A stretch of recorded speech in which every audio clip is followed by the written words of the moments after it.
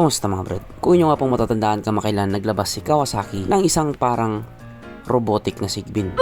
Ay mali, kabayo pala. Naglabas nga po sila ng isang robotic na parang kabayo at pinangalanan nga po nilang Kawasaki Corleo na ang purpose nga po ay para pang adventure. I mean para sa mga off-road activity na swak na swak nga po para sa mga taong mahilig mamundok. Pero syempre ito po ay isa pa lamang concept at wala pang eksaktong petsa kung kailan talaga nila ilalabas.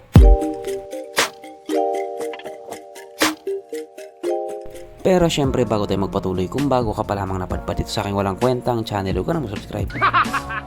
So yun na nga, matapos nga po in-unveil ni Kawasaki ang kanilang robotic na kabayo which is the Kawasaki Corleo, agad nga po itong tinapatan ni Suzuki. Yes po, mayroon din pong nilabas si Suzuki. Pero unlike nga po doon sa Kawasaki Corleo na pang off-road, etong ginawa naman ni Suzuki ay pang city purposes. Actually, mas marami nga po itong kayang gawin kung ikumpara doon sa Corleo. Ito nga po ang Suzuki Mokba or ang kanilang modular quad-based architecture. Itong electric vehicle nga po nito ay maraming kayang gawin. Kahit ito nga po ay mayroong 4 na maliliit na gulong, kaya po niyang humakbang sa mga baitang na hagdanan na masabi nga po nating pwedeng-pwede sa mga matatanda. At hindi lang din po siya basta sasakyan ng pantao. Kasi kung ikaw nga po ay may mga gamit tapos medyo mabibigat tapos tamad kang magbuhat, tamad ka naman talaga, pwede mo siyang ipatong dito na para nga pong katulad sa isang cart. Actually kung titignan nga po natin yung concept niya, parang ganun nga talaga, para siyang cart. At ito nga po ay kayang tumakbo sa bilis ng 32 kilometers per hour. So para nga po sa ganyang itsurang sasakyan,